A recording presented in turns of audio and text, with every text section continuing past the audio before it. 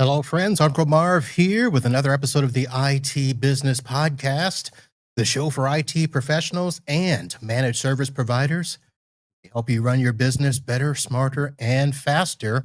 This is our weekly live stream show presented by our good friends over at Threat Locker. And I need a little sip from the cup because this is going to be a very interesting show.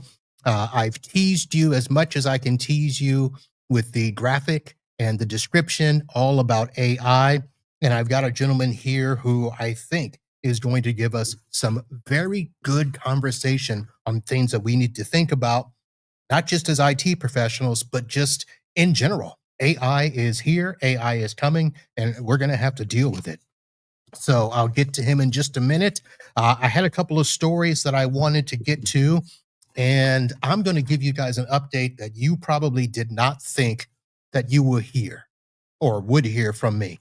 I announced a couple of weeks ago that I sold a Ubiquity networking uh, entire system. We sold the Ubiquity Dream Machine SE gateway appliance. We sold the switch. We put in cameras. I put in a doorbell and put in Wi-Fi, both indoor and outdoor. And you guys thought, yeah, Uncle Marv did that? Come on, really? Yes, I did. And I have already sold a second Ubiquity client where we are putting in another Dream Machine gateway, switch, access points, and we might be doing some other stuff down the road. All of those parts are ordered. They are scheduled to be here tomorrow, and we will probably be deploying either on Friday or Monday. And just before I left the office today, I was having a conversation with my not-for-profit client. Well, I have two, but my bigger not-for-profit client. And we initially were talking about a little email compromise that they they had but didn't have. They had compromised. It was a mess. So we ended up having to change the password and finally enable multi-factor authentication on their accounts. And we talked about other stuff that we could do for them, but they're on the cheapest, lowest not-for-profit plan you can get. So all of the other things that I wanted to do for them, such as turn on conditional access, all of that stuff, can't do. We got to upgrade, add a P1 license and do all that stuff. So that opened up the door for a bunch of discussions. And what turned into a previous, well, I don't know how I can backtrack and tell you this story because I didn't tell you guys this story. But they're a not-for-profit that is, they're in Port Everglades, and they provide housing, entertainment center for what they call seafarers. So workers and crewmen that come off of the cargo ships that come into Port Everglades, the cruise ships that come into Port Everglades. If there are international crew members, well, they can't just get off the ship and walk about the state of Florida. They have to stay in the port. So there is a house that is set up just for them where they can get off the ship, get on dry land, and they can go and hang out. There's TVs, there's pool, ping pong, foosball. There's a store that they can buy stuff. There's a couple of telegram stations if they need to send or receive money. There is a cafe built off to the side so they can get food. So this is my client. I don't have run of the full office. I handle just the administration part. The cafe is run separately. The store is run separately.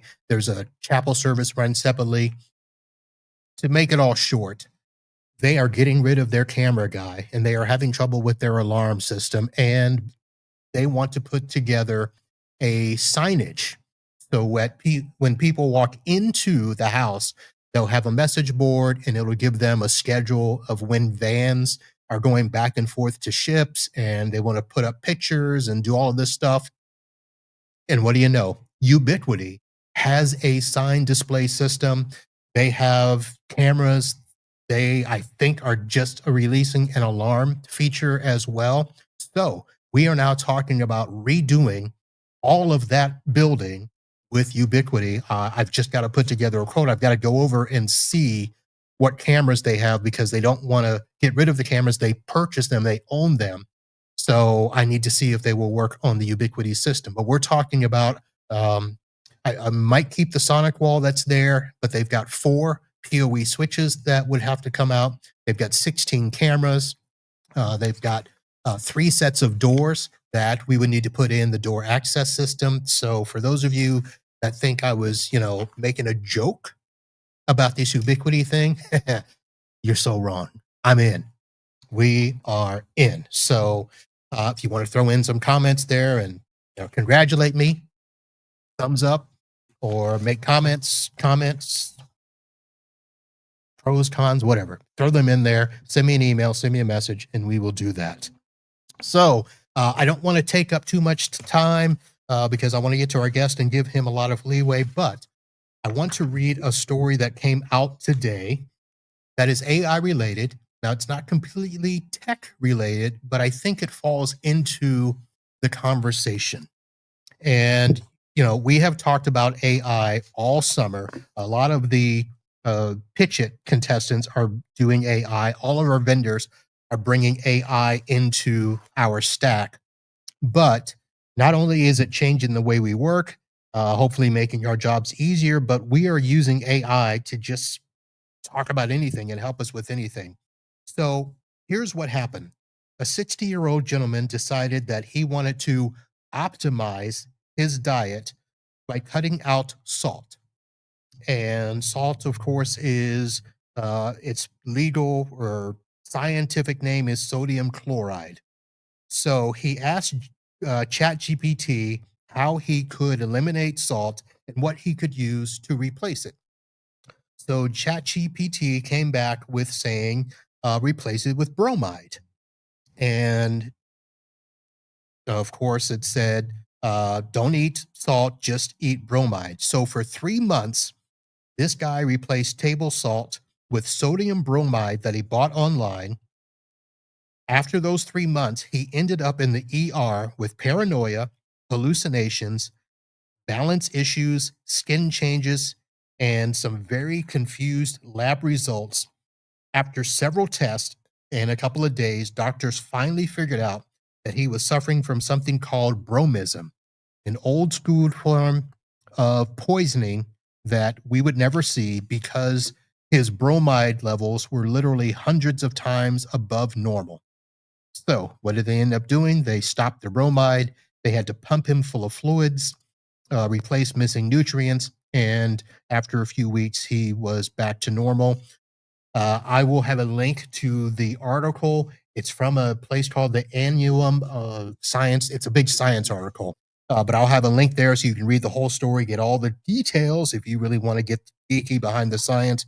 But of course, the big takeaway here, AI can be smart, but it does not have judgment. It doesn't know the situation. So replacing sodium chloride with sodium bromide might be good for some things, but it ain't good for people. And the analogy that I'm going to come away with is I had a junior story that I was going to tell tonight, but I'm not going to do it because of some other stuff. But in the same way that we talk about juniors, juniors might be smart, juniors might be fast, and they may think that they know the answer, but there has to be a senior nearby to double check and make sure that what the junior is doing is right. It has to be double checked. So does AI.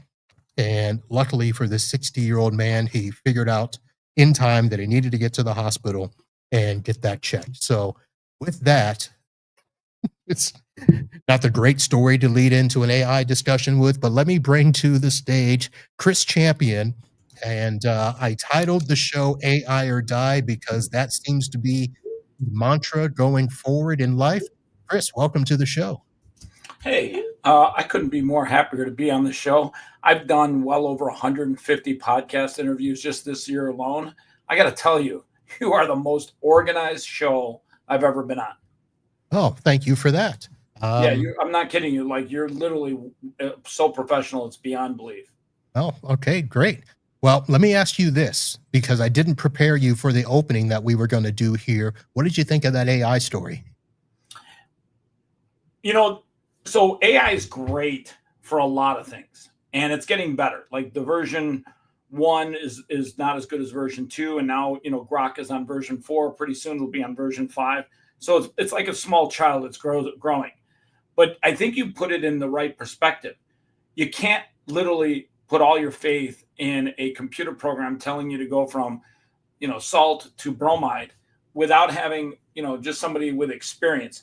There's one thing that AI doesn't have. It has access to vast amounts of data in real time, but it doesn't have experience. And experience, I don't know if AI is going to ever have experience, but there's no substitute for experience.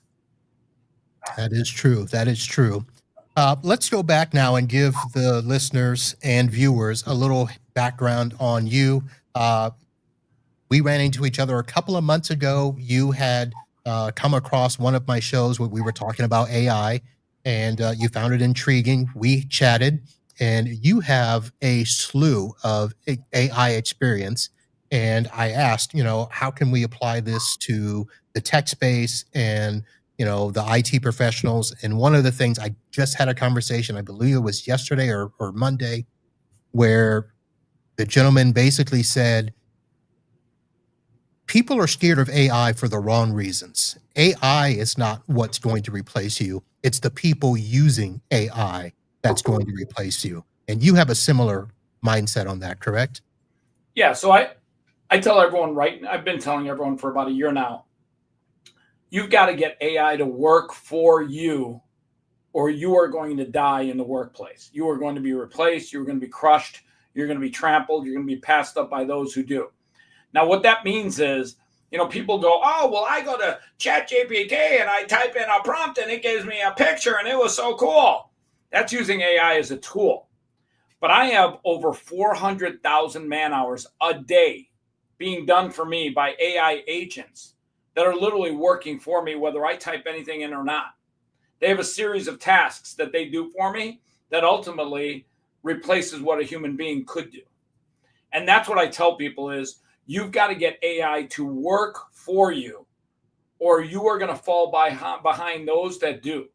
And the way you're going to fall behind is insane. Like it's unbelievable, the difference between those that do get AI to work for them and those that don't. The gap is so wide, it's not even funny. Yeah.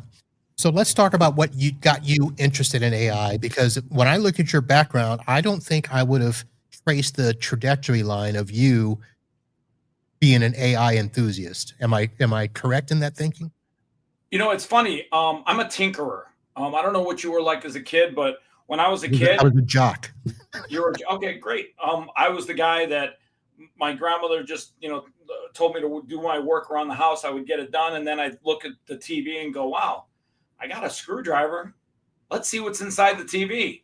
So one day when my mother and grandmother weren't home, I took apart this big box TV, had all the bulbs laying around, had all the parts laying around. I literally took apart the whole TV, and I literally looked at it, and I'm like, "Oh, so that's what a TV looks like." And then I carefully put everything back together, except I had one bulb left over. Now, I don't know if you remember, but TVs used to run off bulbs. Yep. And when we turned the TV on, it worked, but everything was bright yellow, like had a huge yellow tint. And my mother complained for a day, and then the next day I took it apart, and I knew where that bulb went, and it was the yellow bulb. So I literally put the yellow bulb back so that it had proper color. But to this day, I laughed my ass off because my grandmother knew the whole time that I did it. And when my mom was complaining about the TV, my grandmother didn't say anything. But the next day she said, "You better fix that TV." And but the nice thing is, it was just a bulb. I remember all I had to do was take the back off and just slide the bulb in, and bingo, everything was back to normal. Right. But I've always been like curious. I've always been the guy that asked the question why. In fact, I think more children should be taught how to ask the question why today more than ever before, because I don't think people ask why enough. This is probably going to be political, but when COVID hit, I asked a lot of questions. I was like, why? Why do I researched why masks were even necessary, and I found out the COVID virus was 0.003 microns in size. Masks only protect you from things that are 1.0 microns in size. So that was like the COVID virus was like driving a car through a 1,000-lane highway. The masks were useless. So I thought to myself, well, wait a second. Why the fuck should I wear these masks? They don't work. They can't possibly work. And I did all the research and I asked a lot of questions. Well, I tell people in life, ask why. The guy with the AI example who took bromine to get rid of his sodium addiction or sodium needs. I'd get the answer from ChatGPT or the AI agent, but I would ask, well, why is this good? And why should I take this? I would go deeper than just to take some sort of replacement that AI said was a good idea. Now, anybody can make a mistake like that. There's a lot of ways that could happen to all of us. But I think as human beings, inherently, we should ask the question why a lot more. And I don't think we are. I think I'll give you another example. Why does nobody talk about a nuclear reactor that's sitting in the ocean and dipping 2.5 tons of radiation into the ocean every day? Why don't we have that conversation more about Fukushima? It's a fictional story that I'm working on based on a reality that we have a nuclear reactor in Japan sitting in the ocean. And they've done everything they could to try and fix the problem, but they can't. They tried pouring cement on the nuclear ions, and the cement dissipated into dust. It's literally like trying to put out the sun. There's nothing man-made that we can do to put out those iron rods. Well, isn't that how we are as a species? We just do things because we can without thinking of why are we doing this and what are the repercussions if something were to happen? Well, that I agree with, but here's the thing. Fukushima was a result of a tsunami, a natural event. But the fact that it's being suppressed and no one's talking about it has me asking why. And here's another thing. I don't know if you know this, but for the first time ever off the coast of Norway, they're finding pools and pools of great white sharks that are in their waters now. It's never been like that before. And these are massive sharks, like massive great whites. And those great whites used to feed off the coast of Japan, but they're currently gone. Their numbers have dwindled and diminished greatly. And great white sharks are perfect eating machines. So that's a message that nature is telling us that says, hey, if these guys are going away from their feeding grounds, if they don't want to go to that grocery store anymore, it probably should be a sign that there's something wrong. Right. And I don't want to I don't want to hype up this science fiction story that I've got coming out, which is mostly science and not a lot of fiction. But I tell people, you got to ask questions. You got to ask why. You got to really ask why. And when you get to the learning process of life, everything you're going to learn in life starts with asking the question why. Take apart your TV. What's the worst that could happen? You leave out a yellow bulb. Nice. Well, let me ask you the question why. You talked about putting together, 400 or 400,000 man hours of AI stuff that happens with you, whether you type a key or not. Why did you start that? And where did that come from? So I started getting interested in AI about 1.5 years ago. And I started peeling away the layers and the layers and the layers. And I started thinking, holy shit. This is literally the greatest technology ever created by mankind in the history of mankind. It really is. And that was like 1.5 years ago. What it's done in growth in a year's time, typically you would see that in 10, 20 years in the past with other technologies. AI is compounding its growth at a level that I've never seen before. And I started getting impressed with the technology, but then I started getting scared because I started realizing, holy shit, AI is going to give us self-driving cars, which means 7 million Uber drivers are going to be out of a job. AI is going to be factory workers, and that means the 350,000 warehouse workers that work for Amazon are going to be out of a job. And then I started realizing, I'm like, holy shit, AI is going to be a better lawyer than we can get a lawyer. Like I have real estate property. I have real estate that I have as investment property. When I need to do a new lease, I can get AI to do it faster than a lawyer for less than $500 every time I call them. So I started looking at all the jobs that AI could do better. And I started realizing that you have to literally get AI to work for you, or AI will replace you very quickly. And that's why I came out with my book called AI or Die, which, by the way, everyone watching this, I'll give you a free digital copy because I think it's a survival guide for the future. I think you have to really start understanding that AI is a threat to mankind. I'll give you a great story. Do you know why Google doesn't call its AI Bard anymore, which was the first name that they gave it. Oh, I don't think I even knew the first name was Bard. Yeah, so when OpenAI launched its AI, Google said, "Oh, quick, we got to get ours out there because we'll fall behind." Blah blah blah. And I think it was a New York Times reporter spent 4 hours sitting there asking Bard questions when it went live. But at the end, he asked two important questions. He asked one, "What's the greatest threat to AI?" And Bard instantly said mankind.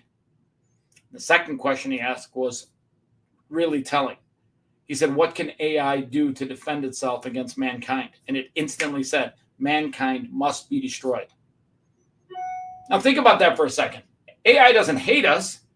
It's just the most intelligent being on the planet now. We're here, AI's here. But we're here, and the lion's here. And in the jungle, if a lion comes towards you and you got a shotgun, what's your first reaction?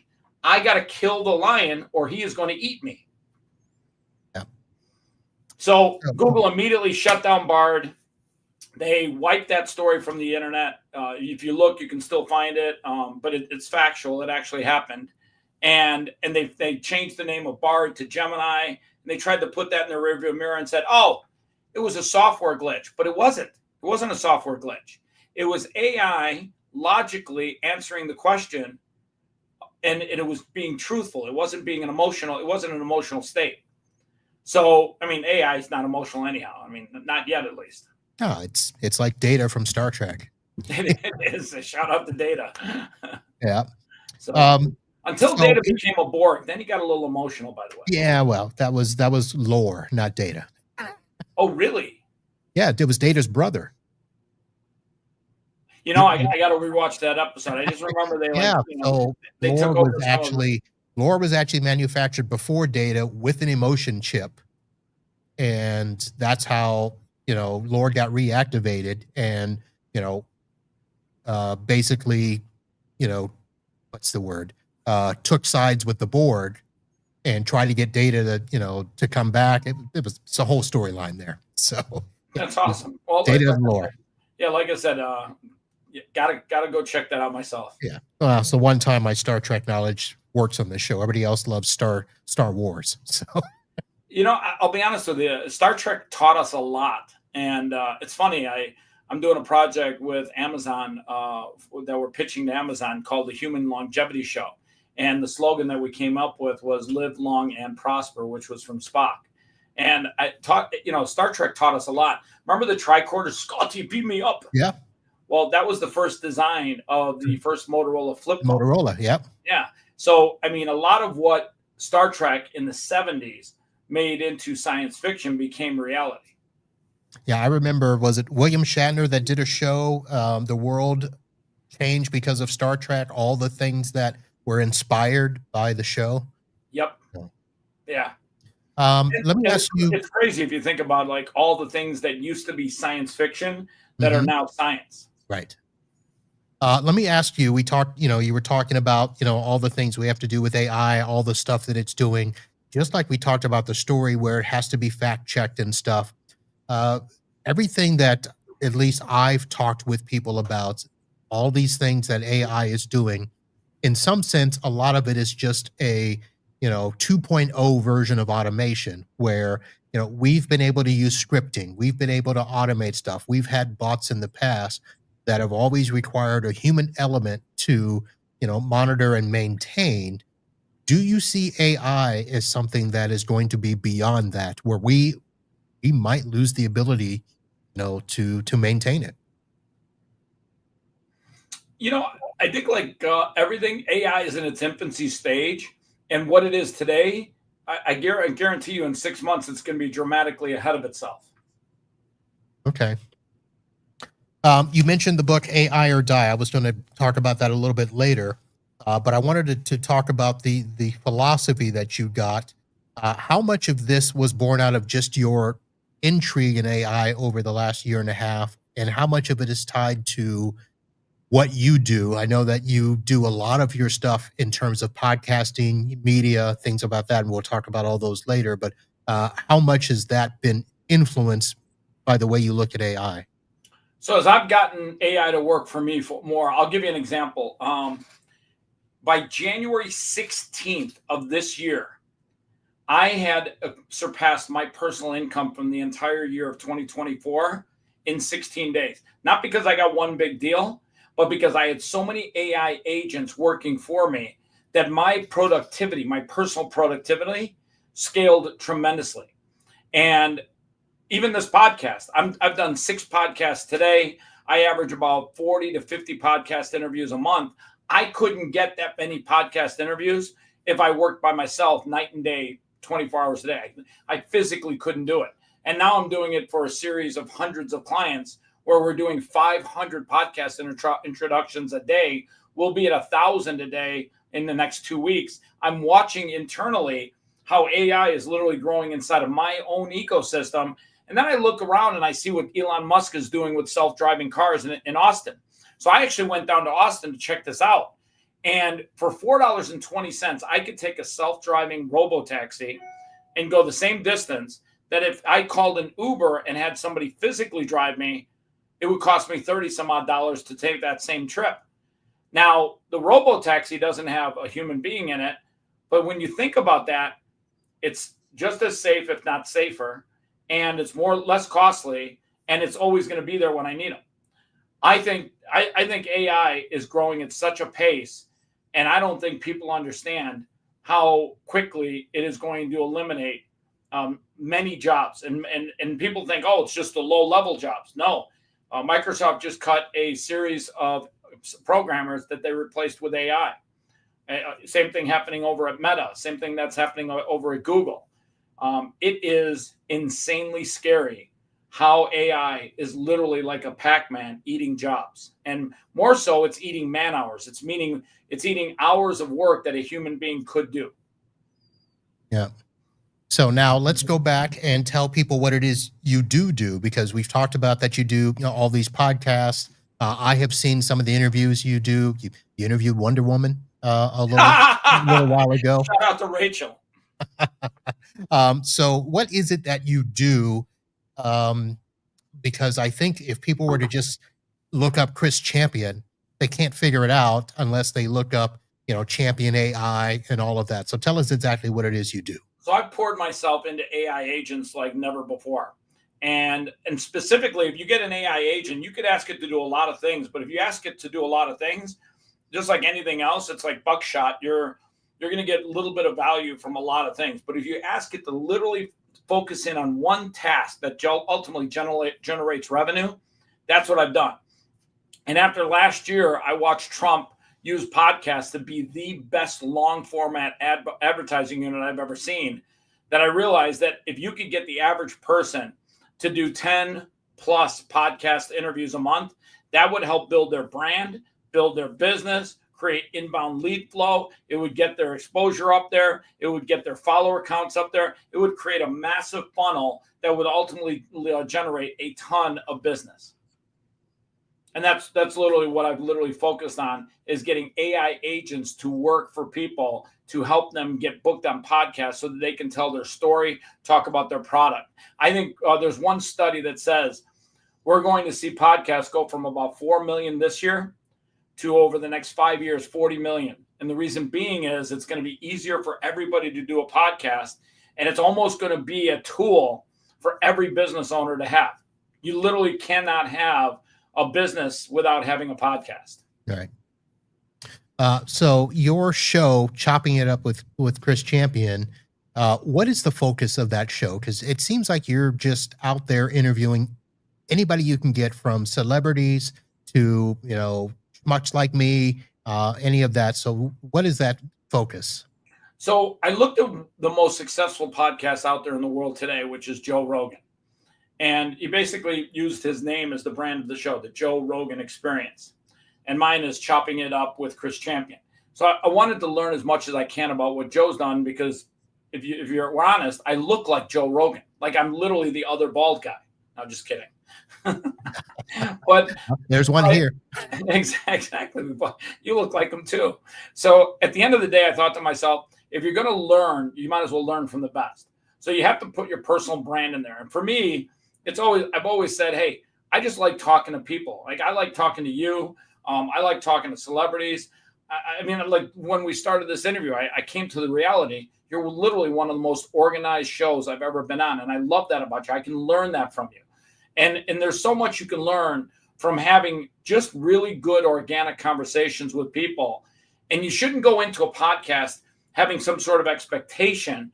You should use it as an opportunity to learn, because as I learn, my audience learns. Like right now, I'm streaming this on my YouTube channel. Somebody just texted me, said, "Oh, this is awesome." And the nice thing is, when people get a chance to learn from a conversation, something I call chopping it up, that's where the real aha moment comes in. That's where it should be. Some podcasts are basically infomercials. That just drives me nuts. Just chop it up with somebody, and you're going to hear great stories. I did an interview at the Sirius XM studios, I want to say 2 weeks ago, with my camera guy, Cam Norris. And we talked, at one part, we talked in detail about one of my life hacks, which is called Chipotle. It's a Chipotle life hack. You ever go to Chipotle? Yeah, I haven't. You've never gone to Chipotle? I never have gone. I'm not a fast food guy, so. Okay, no. So I love Chipotle. I'm literally a Chipotle fanatic. And I figured out a way to make street tacos out of their burrito in the bowl. And I literally talked about that for about like 10, 15 minutes when we were supposed to talk about other subject matter. But out of that show, people love that Chipotle hack so much that I got messages galore about it. All right, I'm not understanding. So I've heard of the burrito in a bowl thing. Yeah, so you go to Chipotle. Why would you want to hack that into a street taco? Okay, here's why. Because when they put the burrito in the bowl, they give you like, corporate levels. Okay, you want beans in there? I grab one scoop of things. They put some black beans or whatever the beans in there. And then they say, oh, you want rice? Which one you want? And then you put in there, and then they make you a burrito in the bowl, and then they put a lid on top, and then you go eat the burrito out of the bowl. What I do is I say, hey, here's a little hack.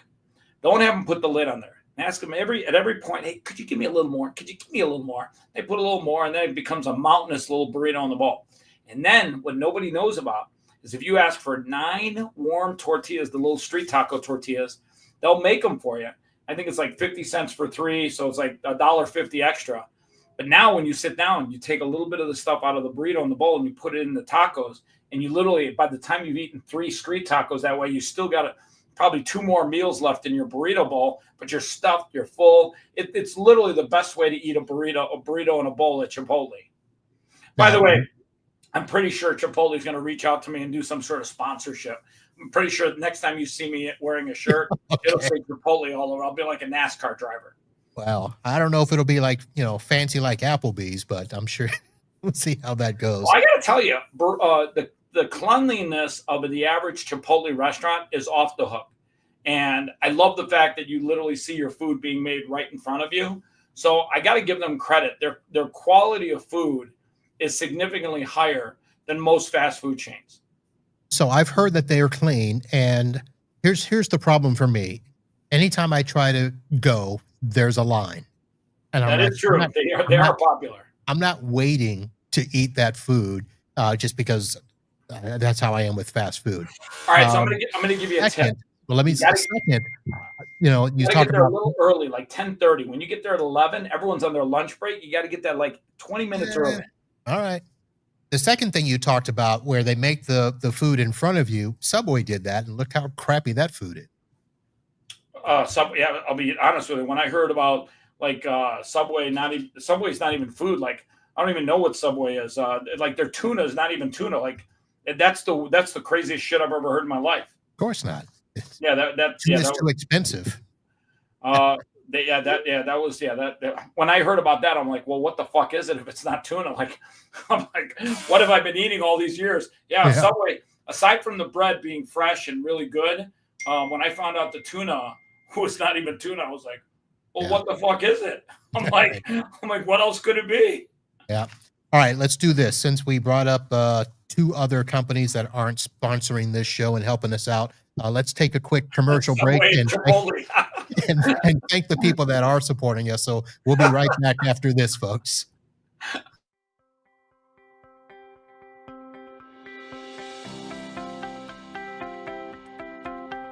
Is your business truly protected from cyber threats? ThreatLocker is the gold standard. zero trust endpoint protection trusted by IT professionals everywhere. ThreatLocker blocks everything that is not explicitly trusted, denying all applications and scripts from running unless explicitly allowed, and that includes ransomware. Easy to deploy, easy to manage, and backed by a 24/7 support team that is lightning fast with response times around 60 seconds. Stop cyber attacks before they start and sleep easier at night. Click on the ThreatLocker link in the show notes and start your free 30-day trial today. Lock down your endpoints and say goodbye to ransomware. Be sure to also check out our other amazing sponsors, NetAlly, LionGuard, TrueGrid, BVoIP, Rhythms, and Designer Ready. For more details on these partners and their exclusive offers, check out their links in the show notes or visit itbusinesspodcast.com/sponsors. And a special thanks to our incredible listener supporters whose monthly contributions help keep this show running strong. I truly appreciate each and every one of you for being the backbone of the IT Business Podcast. Holla.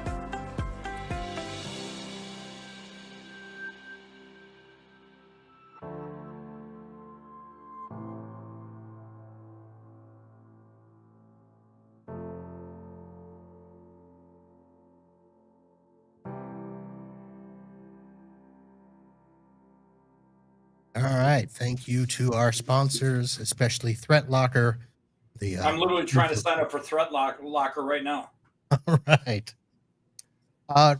So normally around this time, I would have an Amazon thing that I would pimp, but I'm going to bypass that so we can keep talking, Chris.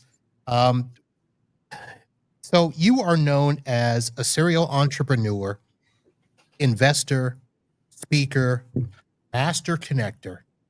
And you have some sort of investment involvement in over 120 companies. That's a lot.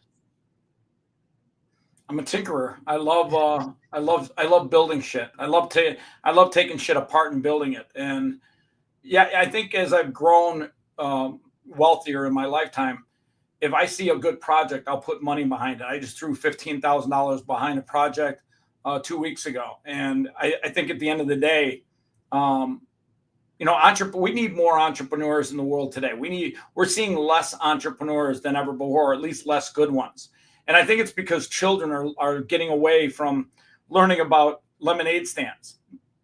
And I think one of the things that parents can do best is teach their kids about digital lemonade stands. It doesn't have to be a lemonade stand where they're serving lemonade on the street corner, but they should teach children basic entrepreneurial skills. And I think that that's happening less now than it ever has been. And I think that we need more great entrepreneurs. Well, everybody wants to be an influencer. Well, in a way, that's an entrepreneur. That's a digital lemonade stand. If you can create content, you can make people laugh, smile, educate them, do a great podcast like this one.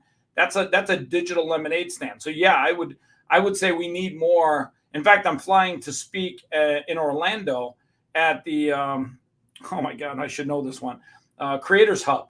And there's going to be like supposedly 3,000 content creators down there and podcasters. And those are kind of events that I get excited about because you see a lot of the entrepreneurial spirit in their eyes, in their actions, in what they're doing with their lives. Unfortunately, I will not be there. That would be a 3-hour drive for me, and I wish I were going to be there. One of the things that when I've been at some of the PodFest conferences, some of the other AI, or not AI, but the other podcasting events, the topic has come up about AI taking over a lot of the podcasts because we could, have AI write a script for us. We could have AI voices do the work for us. You're somebody that is, heavily involved in AI powered behind the scenes work. I mean, they don't do your podcast for you, but to help get you the introductions and all of that stuff, you're using AI.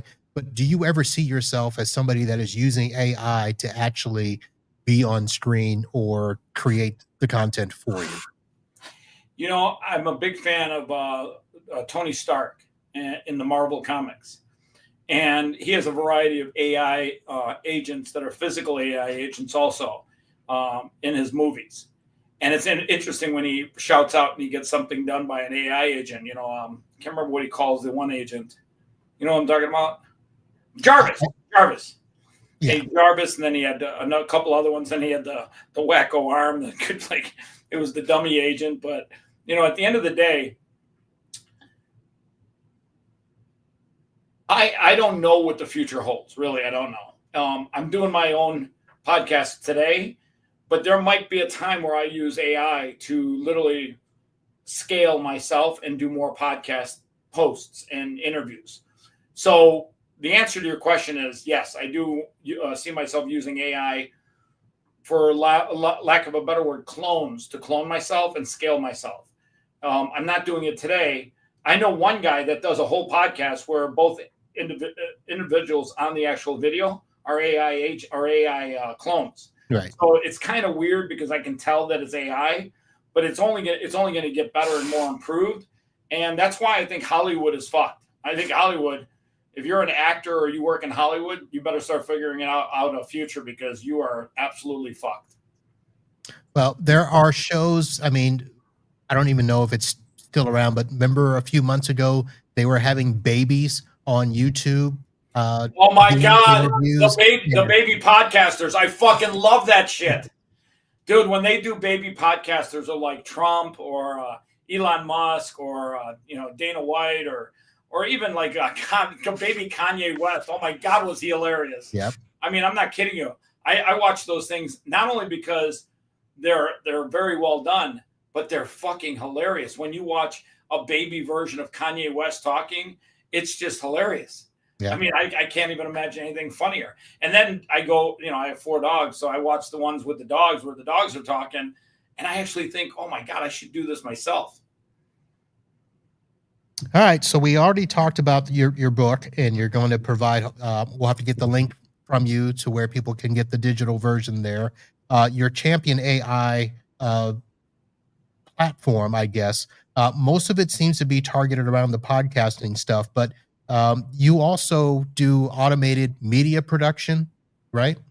Yeah, so we built an AI tool that allows us to track organic clipping.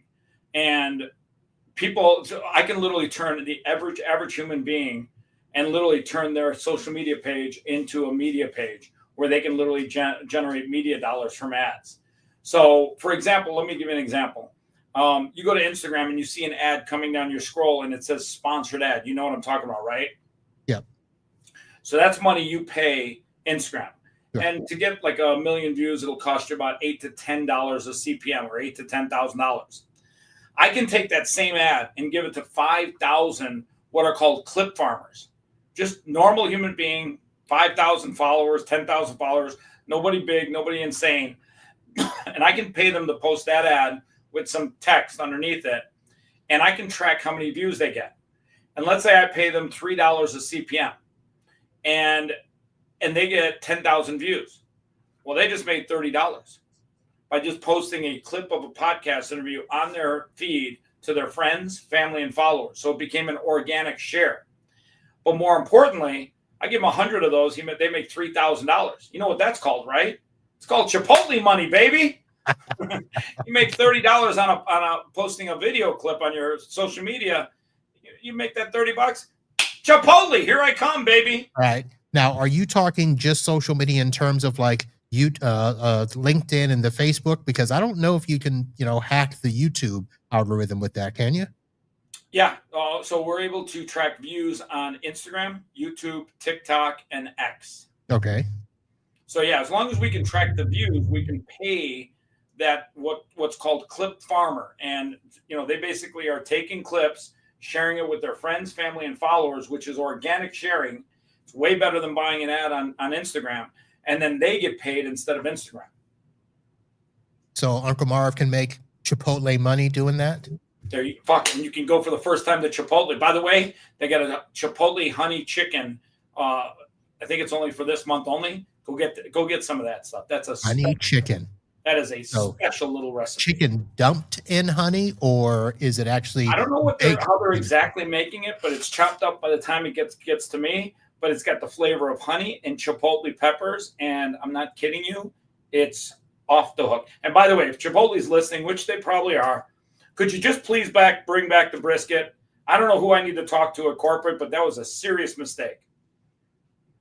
Why did they take it away? I'll be honest with you. I think, sometimes the corporations make huge mistakes. That's one of them. That brisket, it was amazing.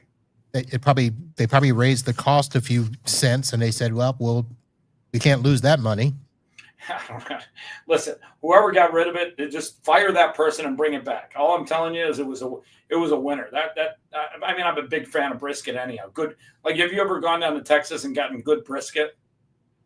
No. Oh, you gotta listen, before you die, go road trip somewhere, go to Dallas, go to Texas. One thing Texas does really well is barbecue and brisket. They do brisket so good. Last time I went to Texas, I got that. I got the Buc-ee's top. Gotta love Buc. By the way, you know what Buc-ee's is, right? You know what their logo is, right? What is it? Well, you mean the rat or whatever? It's not a rat. Beaver? The beaver? It's a beaver. It's a beaver. That's what a Buc-ee is. It's called Buc-ee's is the nickname of a beaver. Beaver, yeah. I just learned that recently because I was talking to somebody about Buc-ee's, and they're like, "Hey, you know what their logo is?" And I'm like, "I'll be honest with you, I have no clue." They're like, "It's a beaver." Yeah, Buc-ee's beaver. And they had every store, so there were two, and each store had their own Buc-ee's beaver that would walk around and take pictures and do all that stuff and stand in front of the wall of jerky. If Buc-ee's was smart, they would go to AI, make a whole cartoon series about Buc-ee the beaver, and literally they'd have generations of kids learning about their brand as they grow older. Well, I think they're doing something. They're starting to expand. There's I think there's two opening up here in the state of Florida. One near Jacksonville, and I don't know where the other one is. Well, they are pretty big. I will give them that. When you have a pit stop at a Buc-ee's, there's plenty to choose from. Yeah, that is true. That is true. Chris, what else should people know about you? Where can they go to, check out what you're doing and see anything besides the podcast? And I'm very passionate about faith matters, and I tell people, listen, you got to have faith in yourself. God has faith in you every single day, and everyone thinks when I talk about faith matters that I'm talking about God, which is true. I am. But 80% of what I'm talking about is having faith in yourself, betting on yourself, believing on yourself, waking up each and every day and making today count. And I think more and more people have to understand that God made you to be great. He planned a life for you where greatness was your destiny. And it is only you that can fall short of that. That if you literally believe and have faith in yourself. And by the way, there's a big difference between belief and faith. Belief says, I think I can do this. I believe I can do this. Faith says, I know I can do this. I have faith I can do this. I always give people an example. You ever watch Indiana Jones, the one with Sean Connery, and he's like trying to find the golden chalice. Yeah. He comes up to this cliff, and he's reading the instructions. He's like, you must take a walk of faith. He looks down at the ravine below, and he's like, what the fuck? And he's like, you must take a walk of faith. He's like, oh, shit. If I take a walk, I'm going to go to my death. And he literally says to himself, all right, I just have to listen to the instructions. So I'm going to take a walk of faith. He closes his eyes. He's sweat dripping down. He takes his foot out, and all of a sudden, bam, foot hits like this imaginary bridge. Yep. He takes some rocks, and he throws it across, and he's like, oh, my God, I didn't even see that bridge. But he had faith. He took a walk of faith. He took that step with nothing else other than faith in his heart. And then he walked across, and he met the old knight and the crusader. And choose wisely. Choose wisely. The German guy chose the fancy gold one, and he turned into a skeleton. And he chose the old beat up one. And the old knight guy said he chose wisely. And then he brought some water to Sean Connery and brought him back to life. And rest is history. The Nazis lose, and bada bing, bada boom. Yeah. So. All right. And let's end off with one thing. If there was a thing that you could say that would give people, I guess, a highlight or a reason to download your book and read it and, accept it into their life, what would that be? This is a gift I'm going to give everyone watching this. I'm going to tell you right now.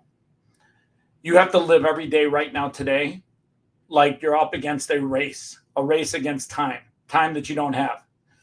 You have to immediately start figuring out ways to get AI to work for you. And there's a million examples in my book where you can literally use AI to write a book, make a video. There's a million ways you can turn AI into a tool that makes money for you while you sleep. If you need help, I do a free Zoom call once a month where I teach people about ways that they can get AI to work for them. But you have to do it now. You have to literally pretend that you're up against a race against mankind, or not mankind, race against AI. AI is going to destroy mankind. It is going to take away jobs. It is going to create anarchy. People are going to be homeless. There's going to be massive foreclosures. We're going to have a massive separation between the haves and the have-nots. The middle class is going to be fucked and relying on the government. And if you wait for the government to save you, I have bad news. The government is never going to fucking save you. You have to save yourself. You have to find a way to get AI to work for you and make money while you sleep. And I tell people this with all sincerity. And by the way, just so we're clear, yes, I'm a huge conspiracy theorist. It just means that I'm right 6 months later than everyone else thought. But at the end of the day, I would tell you right now, take it very serious. Do not think for 1 second that AI is going to slow down. While you're sleeping, AI is getting bigger, better, faster. And you have to literally find a way to get AI to work for you. It's AI or die. Trust me, this is the greatest threat to mankind in the history of mankind. All right, and folks, be sure, I'm going to get with Chris right here to get the link. We're going to put it here in the video link as well as the show notes. If you try to do a search for AI or die book, you're going to come across some other stuff that's probably not even written by anybody real. It's probably an AI book. So be sure to check the links. Well, by the way, I do have to say, I did have AI help me organize the book for me. So at the end of the day, and I'm using some AI voice stuff to take my voice and read the book so I don't have to read the whole thing out to everyone. Yeah, but yeah, there's some really good tools. Yeah, that's acceptable. Those are good tools that help you literally get the word out there faster. I mean, AI is a great tool, but I think people don't understand how powerful it is and how much it will take away from mankind. Like, it is just little. I always think of AI as the Pac-Man, and every one of those dots that it's eating is basically eating mankind's workable hours and contributions. So, all right. Well, Chris, thank you very much for coming on the show, introducing us to you, and we'll get the link and share that out with everybody, and I'll have links to all of your media stuff where people can go and follow you. Hey, Marvin. Yes. I want to give you a clip that you're going to be able to chop up down the road somewhere. Okay. I got to tell people this. You have one of the most unbelievably organized shows I've seen in a long time. You are a hidden gem. If people want to find out about your show, if people want to watch your show, they're going to watch a very well orchestrated, architected show. I don't know if you got a team of virtual agents that are helping you, but I got to tell people, I've done over 150 shows in the last 6 months. This is one of the most organized shows. It is a must watch. It is well put together. I'm telling you, you're a hidden gem, Marv. You are a hidden gem. Well, again, thank you for that. And for those of you watching and clicking off too soon, listen to Chris. Stay with me. Here's some great stuff. Chris, I know I had said that you didn't have to stay with us here. I'm getting ready to talk about one of our vendors here. So if you want to drop off, you can. Or if you want to stay and listen, that'll be great. No, I love it. All right. So, folks, I'm going to talk about Kaseya instead of Florida Man, because Kaseya, the building, the Kaseya Center is here in Florida. And I dropped my glasses. That's why I had to do this. So this is your Florida Man story, and it is one of the biggest sports auction capers in history. So 18 months ago, and we did not know this until recently, the Miami Heat organization was rocked by a massive heist involving millions of dollars worth of authentic game-worn gear, much of it destined for a future team museum. So here's what happened. So there was an NBA analyst, Amin El-Hassan, who broke the news late July, revealing that hundreds of Miami Heat artifacts, including the NBA Finals jerseys, were stolen from a secure equipment room inside the Kaseya Center over the last 18 months. The world was tipped off when unusually large quantities of rare heat items appeared for sale online, raising suspicion. So federal authorities quickly zeroed in on one Marcos Thomas Perez, a retired Miami police officer who had served as a security guard for the Heat from 2016 to 2021 and continued with the NBA until 2025. So he had exclusive access to the equipment room. And over the years, he exploited the trust, stealing more than 400 pieces, including jerseys worn by Heat legends LeBron James, Dwayne Wade, and Shaquille O'Neal. And those date back to the start of the team's championship era in 2008. So why was this caught? Well, a game-worn LeBron James jersey was sold by Perez for about $100,000 and then eventually resold at a Sotheby's auction for $3.7 million. So, of course, the fact that who got this and how did he get it, that had to be authenticated.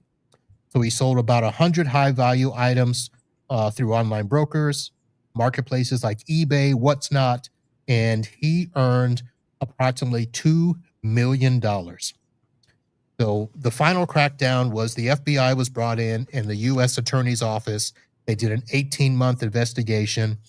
On April 3rd, they executed a search warrant at his house. They seized another 300 game-worn jerseys, and he made his first federal court appearance in early August, charged with transporting stolen goods across state lines.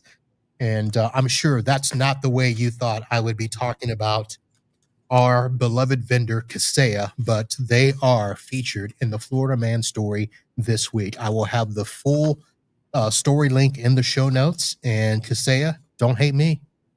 I didn't do it. My name is not Marcos Thomas Perez. So, and yes, it is being considered the largest U.S. sports memorabilia heist in history. So, wow, it puts O.J. Simpson to shame. That's true. And by the way, he did go to jail for trying to steal his stuff back too. Yeah, that kind of was like unfair to him because he was trying to get his stuff back from somebody that snagged his stuff. Yeah, a thief stealing from another thief. So that's well, it turns out you can't actually threaten somebody with a gun even though they stole your shit. Right. So.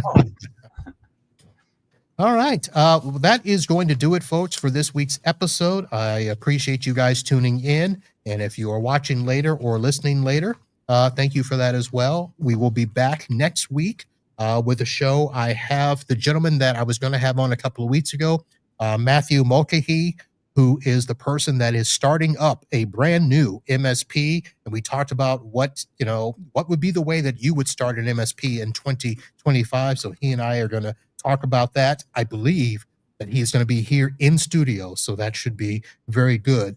However, if you are listening to this in real time, meaning you watched it Wednesday night or Thursday morning, or you're listening to the podcast, I will be recording a very special episode with Michael Crean and Corey Clark from Sonic Wall. And we are going to talk about what the hell has been going on with Sonic Wall for the last week or so and their SSL VPN hack. And I'm going to try to ask some tough questions and see, if they'll spill the beans as to what really is happening. I can say this. I use Sonic Wall. I've not had those issues, but I know others have. And I know people have been trying to get me to move away from Sonic Wall. But again, I'm going to talk to Michael and Corey, and we're going to see what's up. So that will be a very special episode. I'm going to record it, but the video will be released on Friday. So you'll want to stay tuned for that. By the way, shout out to anybody holding on to Bitcoin. It's at an all-time high today. Yeah, but there's a new coin coming out, isn't there? There's always a new coin coming out, but Bitcoin's the mother of them all. It's the most secure. It's the largest network. It is the greatest store of value. It's got the best economic traits associated with it. Yeah, it's just all these new coins that come out, maybe they're slightly better in some ways to Bitcoin, but Bitcoin has got global adoption now, which is something that ultimately gives it long-term value. As opposed to that Haktua crap that was. Shout out to the little white girl that had 15 minutes of fame and decided to rob her followers. Yeah. By the way, never invest in a meme coin when somebody stupid is behind it, or anybody that's behind it. Every meme coin is designed to steal money from your followers. So of course, it's basically gambling at a very digital pace. Yeah. All right, folks, that's your final advice for tonight. Thank you to Chris Champion for coming on, talking about AI or Die. Look for the link to his digital book in the show notes, and that'll do it. We'll see you next time. And until then, holla.